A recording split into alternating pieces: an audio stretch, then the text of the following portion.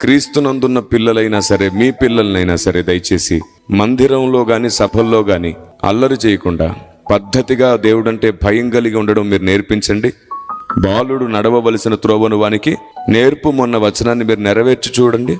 మీ పిల్లల జీవితకాలం మొత్తం దేవుడే తన హస్తాన్ని తోడుగా ఉండి నడిపిస్తాడు. Praise the lord. మీరు ఇప్పుడు నేర్పించలేదు, చిన్న పిల్లవాడండి, వాడికి ఏం తెలుసులే అనుకుంటారు. పెద్ద అయిన తర్వాత ఇంకా నిజంగానే ఏం తెలియకుండా పోతాడు. ఇదే మంచి అవకాశం. మీకు తెలుసా, చిన్న పిల్లల మనసు చాలా స్వచ్ఛమైంది.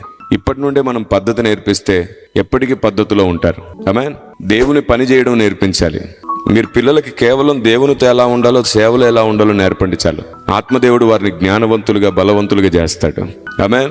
బుద్ధిహీనులైన వారిని కూడా బుద్ధిమంతులుగా చేయగలిగిన దేవుడు ఆయన. దేవునికి స్తోత్రం కలుగునుగాక. మనం చేయాల్సిందల్లా ప్రాసెస్ని వెంబడిద్దాం. ప్రోగ్రెస్ చాలా అద్భుతంగా ఉంటుంది.